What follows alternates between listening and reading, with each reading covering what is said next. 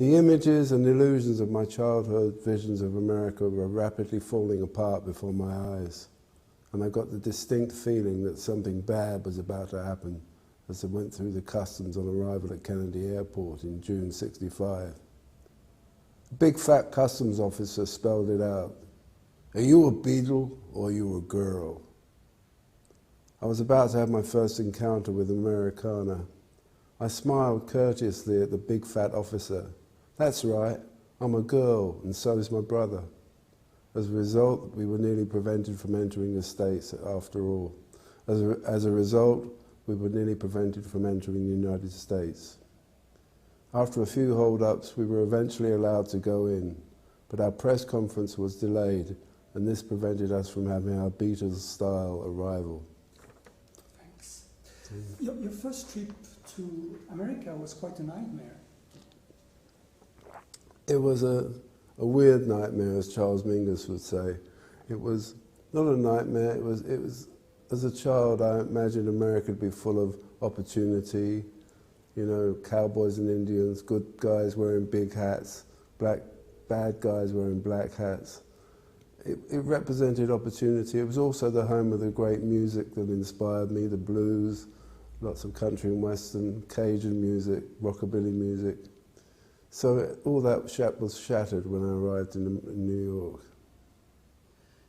Were the Kinks unfitting to American culture at that time? Well, You Really Got Me was our first #1 record in England. It became a hit in America. And we were signed by an American label called Reprise Records, which was set up by Frank Sinatra. And we were the first young English band to be signed to that label. So there were big expectations. And I suppose a sense of behaviour. We were expected to behave in a courteous way, but we were just a load of oiks from North London. We didn't know how to behave, and I think our behaviour. You know, Mick, our drummer, said it was a mixture of bad management, bad luck, and bad behaviour. Because English people, we're a small island, and we have this kind of tribal culture that is not apparent in America. And I think it was a lot to do with sensibility, sense of humour, style, culture, all these things, as well as a man trying to shoot me as a promoter and falling out with the unions in Nevada. Nobody falls out with union people in Nevada, in Hollywood, New York. So all these things combined together caused an American Federations Union ban on the Kinks, which lasted for 4 years. The fact that the Kinks were banned for 4 years in the States, how did it affect the career of the band at that time? Oh, it affected us immensely. You know, when we first went to America, it was a disastrous tour, but we were playing theatres that held 15,000 people. We were supported by bands like the Supremes were opening acts for us, the Beach Boys. The Kinks were huge, and so not being able to perform there made us unknown, unwanted, unheard of.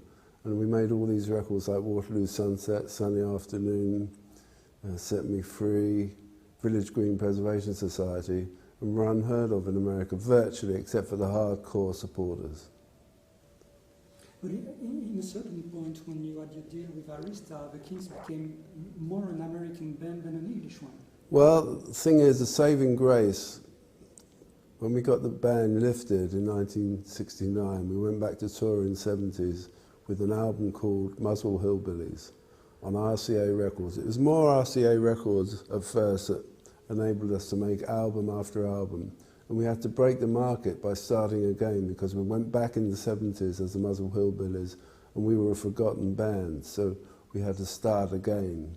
And then in the mid-70s I signed to Clive Davies at Arista, who wanted us to be more commercial, to have crossover singles, and I wrote songs like Sleepwalker, Misfits, Rock and Roll Fantasy, then Low Budget, Destroyer, which became massive hit albums in America, and then ending with Low Budget and Give the People What They Want, which were phenomenal records and put us back to stadium status where we could play big arenas. So and the book, Americana, follows that path, that journey. In your book, you speak about your father, telling that your father was more rock and roll than you ever could be. Yeah, he was a cool dude. He knew how to move. And I don't know, he came from a working class London background, but he liked the blues. He said, "That music you're playing, son, what is it, some sort of black guy?" I said, "Yeah, it's Big Bill Broonzy." He said, "Yeah, the blacks really know how to rock." And he was a cool guy. I think a lot of it had to do with drink, but he was a very rock and roll sort of dad to have. And we had fights. He accused me of being distant, disreputable. Why do you want to do this art? My dad wanted me to be a footballer, that's the thing. He wanted me to be a boxer.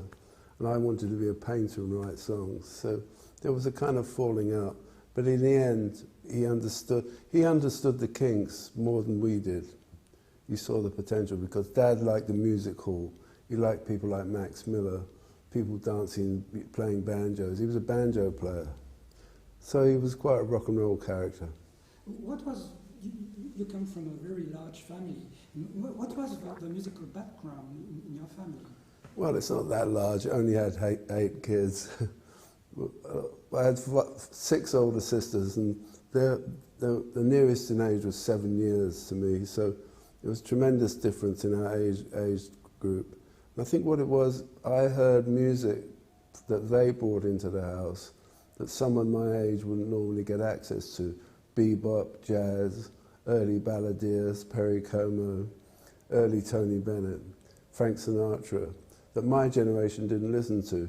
So as well as the music I loved and Dave loved, my brother, blues, rock and roll, country, I had access to all this great music of the past because of my sisters. So it's quite varied in our household. So in the beginning, I think the band was called the Ravens. How did you realize that you had the skill to write songs? Because you were making just covers at that time. Yeah, I didn't think about... See, I wanted to be a painter, like this sort of painting. Well, not quite like this. This is an exhibit. By the way, we're in Konk Studios in London. And in Konk Studios, I have a little art gallery. And the current exhibition is quite interesting by Peter Harris. So that's why I'm sitting here. But my expectation of myself was to be an artist, to paint pictures. And writing songs was more a hobby. I remember when I wrote Tired of Waiting before You Really Got Me, but they were both similar chords. And I was about 15 when I wrote Tired of Waiting for You as a hobby song. But when the Kinks started, Dave wanted to do covers of John Lee Hooker songs, and I loved John Lee Hooker, Chuck Berry, all the usual suspects of R&B. But the difference with me is that when I went to art college, I played to earn money in a club in Soho with a West Indian R&B band. And I was just a guitar player. And through the access to their music, which was kind of jazz, mainstream jazz, bit of trad, and a bit of West Indian music, I evolved maybe a style of writing that I used to play the guitar to their songs. When it came to writing songs, I had that kind of jerk flavour to it, which I later, after that experience, injected into You Really Got Me and All Day and All the Night. So it was a process of experience more than an actual attempt to write songs. And the songs they wanted us to write and sing were like Beatles covers. Beatles are a great band, but I've got nothing against them, but some of the songs we had to cover were appalling copies. And in your mind, You Really Got Me and All of the Night were blues songs. I thought, this song, You Really Got Me, You Really Got Me. See, I love Big Bill Broonzy and John Lee Hooker. I thought I was writing something they could sing, but as I said in the book, I'm a honky. I don't look like a blues man. I'm a honky from North London, so I know nothing. But in a strange way, Dave and I thought we were playing a blues song, You Really Got Me. And it gave it that exclusive sound with a backbeat. So I still think All Day and All the Night and You Really Got Me are blues songs, even though they don't fit into the genre literally, technically. like my contemporaries who study the blues, man, Chicago blues. They know how to woo. I don't do none of that shit. Leave that to the impersonators. Muswell Hillbillies is a real blues and jazz album. And I think Muswell Hillbillies was a modest attempt to Americanize our music. You know, things like Uncle Son. 20th Century Man is uniquely London. It starts off with a cowboy guitar intro, then goes into this stomp. And it's about anger, frustration. You know, at that time in the 70s, London was being knocked down. The post-war demolition of London was starting. And my family were from one of those areas, Holloway. And if you look at the artwork of Muswell Hillbillies, it's us standing in front of an old building that's about to be demolished. That was my heritage being demolished. And in the bar, there's a shot of us on the cover in the bar, standing in the bar my father used to go to. So it's a protest album about urban redevelopment more than anything else. And I use the analogy of Muswell Hillbillies to use it to people to understand that it was about the Beverly Hillbillies who were discovered in one and transplanted to another part. It's about heritage and transplant. But I think one of my proudest songs, I'm so proud of Muswell Hillbillies as a record. But production, I could have been better on the production, and I still want to remix it one day. But you know, I'm still waiting to do the vocal on Sunny Afternoon again, so I'm a perfectionist. But Muswell Hillbillies starts with that, and you know this guy's got a message and he's angry, because I write for a character. This guy is saying, I'm not going to take this anymore. I'm not going to take this government anymore. I'm not going to take any of this. I'm a 20th century man, but I don't want to be here. I want a better future. And it's anger. Then it goes to acute schizophrenia, paranoia blues, which is a protest about everybody, about society being monitored by bureaucracy. It's a very political album, and it has gentle moments on it, like Oklahoma, USA, which is a poetic song about one of my sisters who worked in a factory, and the only escape she got was through the movies. So there's a balance, but it's mainly about my family origins and where we came from, where we were going to. But I have a feeling that in Muswell Hillbillies, but also in many of the songs like Dead End Street, you carry the values of your parents' generation. Yeah, you know, I'm one of the few, when they say you're a teenager, you're meant to rebel against your parents. Well, I was the opposite. I wrote songs that my parents could sing. Before I played all day and all the night to my dad, and I said, Dad, this is all right. He said, yeah, put that out, son, it's good, it's a rock song. When it came to Sunny Afternoon, I said, what do you think? He said, you know what? I could sing that in the pub, put it out. So I looked for parental approval because Kinks are a family, and our fans, the thing is, tribute to my fans and the Kinks, is that everyone knows us like a family. Whether it's Finland, Holland, United States, Arkansas, or Helsinki. People know Kinks, and they know us as a family member. And that's who I'm writing for. I'm writing for my extended family all over the world. So I'd like to speak about some of your songs. Like the first one I would like to speak is Waterloo Sunset, and I heard that Waterloo Sunset was not originally untitled this way. I write songs, in my book Americana, I write about staying in touch with your dreams. It's really important. And sometimes I wake up with a notepad, which is very boring for the person I'm living with. I wake up in the morning, instead of giving them a kiss, I would write notes in my book. So I write a note about songs I'm writing, and the idea came to my head, the old river must you keep rolling. I thought of the Mersey River, the Mersey by Liverpool. And the first image was Liverpool Sunset, and that's what it was going to be called when I first thought of the song. Now I thought about it, I said, I'm not from Liverpool, I'm from London.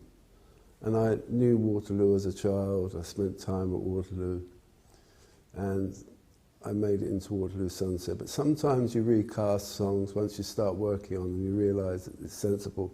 Because in the half-twilight world of sleep and daylight, the dreams have to become reality, and the reality was I was from London, so I changed it to Waterloo Sunset. And it's not about Terence Stamp and Julie Christie. If it had been made a movie, Terry Stamp, the actor, phoned me up about 3 months ago, said, "Can we talk about doing a film?"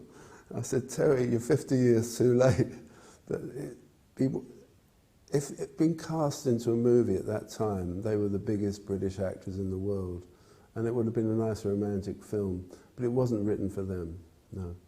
It was, a lot of my songs are written for anonymous people, unknown people, and Terry and Julie exist in my imagination. But as a movie, if it had been a Hollywood movie, they would have been the actors, I guess, yeah. And Lola was based on a real event that happened in France. Yeah. You know, being at art school, even when I went to school, there were lots of drag queens at Mardi Gras parties at Konk.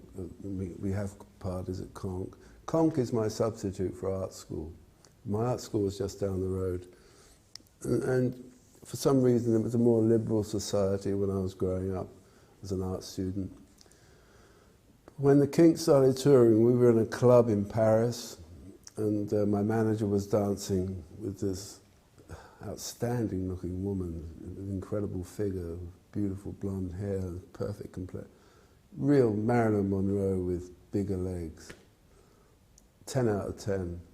He said, "I'm taking her back to my hotel." I said, "Good luck. Tell me what it's like tomorrow." But as he went into the dawn, the light hit her chin, and you could see her man's stubble on her cheek. And so he got the sign. I still don't know to this day whether he took her to the hotel, but I have my doubts. So Lola was based on that remembrance. And I also had when Lola came out, I knew the Andy Warhol people in New York, and they were great people like Jane County. Well, Jane was Wayne when I first met Wayne, but he became Jane later. At great expense, I understand. But I knew Candy Darling, who I went out on a date with, because I thought she was a beautiful girl, but Candy was a bloke. Jackie Curtis, Holly Woodlawn, all these great character actors in the Andy Warhol stable. And Lola opened, many people came out the closet to Kinks concerts after Lola. So I write for all men. In your book, you tell about the reaction of the BBC that you had to rewrite one word of the song. Yeah. And it's very funny because they were not concerned that Lola wasn't transvestite. Well, I was on tour in America. Lola hadn't been released. And I got a phone call in Minneapolis, Minnesota. And my manager said, "You've got to come back to London. The BBC aren't going to play Lola because of the content of the lyric." I said, "Oh, God, it's because it's about a drag queen, I know it." So I got the next plane back to London, went in to change the lyric. I'd rewritten some more lyrics to make it more homogenic, I guess, to make it more acceptable. And I said, "What do they want me to change?" And they said, "It's the word Coca-Cola. They think it's advertising." So I changed it to Cherry Cola and got the next plane back. The BBC had strict rules about advertising. I could say the name of a soft drink on a record, but they forgot to understand and listen to the lyric enough to realise it was about a transvestite experience. So it's kind of charming in a respect, the kind of innocence of the BBC allowing that. But the record was banned in Australia. It was banned, it went to #1 in Australia, but Lola was banned. And the experiences, and they all say there are no gays in Australia. Don't you believe it for a second? There's a lot of cinema in your work, in your songs, like Celluloid Heroes, but also you did direct one film and also documentary film about Mingus. Yeah, but you did return to Waterloo. Yeah. What kind of experience? You know, Return to Waterloo was a film that ended up about commuters and people in England. I was commissioned by Channel 4, which then was a new experimental station to write the first music-driven narrative film. But I wanted it to be a slasher movie. I wanted the commuter to bring out a gun, stab people like a horror movie.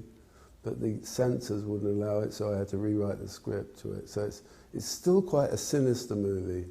But if I could remake it with all the slasher stuff in it, like cutting people up and hiding them in toilets and trains, I would like to do that. But it was a very subjective film, but driven by music, dialogue. I had some great actors working with. Kenneth Colley was a wonderful actor. Kenneth Colley, I think, had one line to say in the whole film. The rest of it was done with expression, using almost like a silent movie actor. And because I saw a film when I was an art student, I studied film a bit. I did people like Eisenstein and Truffaut. But it is a director's medium in the extent too many words spoil movies for me. I love to be driven by the images. And Return to Waterloo, perhaps over the top in that respect, but the images told the story. Yeah. But I'd like to have made it a slasher movie. Do you know what a slasher movie is? Yeah.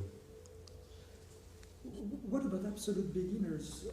What about Absolute Beginners? Yeah, like you were acting Colin's father. No, Julian Temple is an old friend of mine. Julian worked together. He said, I got this script, Absolute Beginners, by Colin MacInnes. Colin MacInnes is one of the great English writers of the period. And I read the book, and the father character to me was so pivotal to the role. I said, this sounds incredible part for me to play a dad, an older man. The character was actually older than myself, and I had to wear a wig to look older. Yes, even I was that young once. But I got the script, and it was all written for young people. But Absolute Beginners was a story about the transition between one period and another period in society. But Julian had made it into a youth movie. And I said, I can't be in this movie. But the producers, I think it was Orion Pictures at the time, had to shoot a scene so that they could fund it within that current year. I think it was a £6 million movie, which is expensive in those days, not so expensive now. And I said, I'll do the scene so you can start the film, but I don't want to be in the picture. You can dump it. And I shot a scene, I wrote a song, not a bad song, called Quiet Life, that I wanted my dad to sing. The person on the screen is my dad. And we shot the scene, I thought that would be the end of it. And then I read in the newspapers that I was in the movie, starring, and I'm in one scene. So I'm in the film, my own resistance. I have never seen the film. I understand there are some great sequences, because Julian is a very image-conscious director, not such an actor's director. Doesn't sit down with actors and work out the theory behind what they're doing, but he has an image worked out. He's a great promo director, but he's gradually improving his acting work. And I was expecting not to be in it, but lo and behold, there I was at the preview, and I saw myself dancing, and I had to leave. I left the premiere, because I wanted to shoot the bit to get in the money to make the film.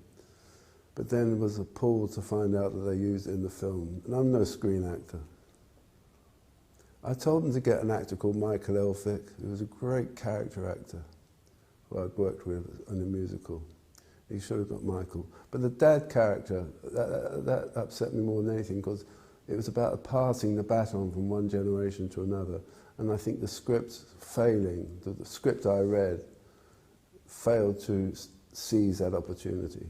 They turned it into a youth movie. I hear David Bowie is quite good in it, but he's good in everything. Where does come from your passion for cinema, and especially old movies? My passion is for story, old movies. I met John Huston once. He's a film director and writer. And he said, Raymond, you're dabbling in movies, I hear. You know, my daughter is an extreme fan of yours. But before you dabble in movies, Raymond, you must learn structure.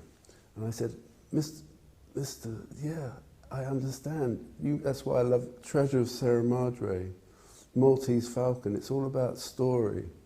And that's why I like the classically structured films.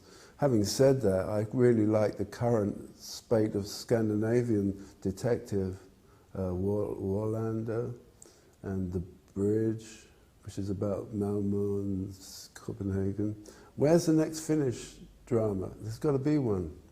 There's been some great Finnish movies. Yeah, the Aki Kaurismäki is Yeah.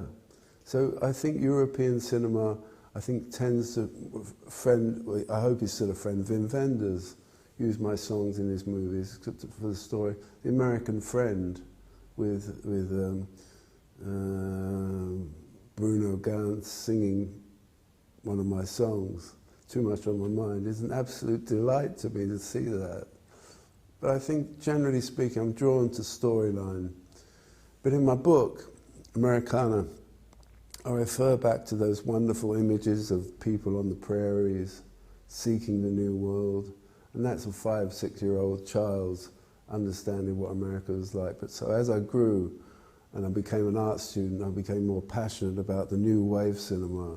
Truffaut was one of my heroes. A great storyteller, Francois Truffaut, Godard. And then the English people, the English John Schlesinger, Tony Richardson, who were all middle-class people. It's interesting, all that wave of people who made films about the working class, but they made films about working class. So it's an interesting phenomenon. You had very few working class directors, but about working class kitchen sink subjects. And I was drawn to people like Frank Machin in This Sporting Life. He's saying, I love you, I need you. He had a song called I Need You. And people like Albert Finney in Saturday Night and Sunday Morning. Those characters were real to me. They were like my dad's generation. And that's why I love the characterization in those films. But to be honest, as I said to Mr. Angelica's father, Houston, I love your stories, Mr. Houston. And how did you write Celluloid Heroes? I made notes in a book. I didn't write any music. I stayed on Hollywood Boulevard for many weeks for personal reasons, and observing the boulevard and seeing the diversity on the street, seeing the aspiration, people being crushed, coming to Hollywood wanting to be actors, be film stars, they end up being waiters or working in hotels. And in the book I go into it in great detail. So I wrote many notes. I even wrote a short story about these two lovers who ended up in the trash can. It's very Nathaniel West in its structure, the song. And I wrote the music in London in front of my daughter, who was 2. She was my first audience for Celluloid Heroes. So I put the two together, made the record, flew to America. And in the book I describe how I worked overtime, but very tired, leaving the studio, flew to New York on the Concorde, which is a supersonic jet, fell asleep on the Concorde, got off, delivered my tapes, and someone said to me, you know who you've been sitting next to on the flight? Warren Beatty. He was a big star then, and probably is still a big star. Sorry, Warren. But, there was I carrying a tape that was about the images of celluloid heroes in Hollywood. And all the time on the flight I was sitting next to a real movie star. So I think there's kind of poetry in that. It's a long song, but it's a satisfying song, and I always love performing it. After 50 years of career, what are you the most proud of? What am I most proud of?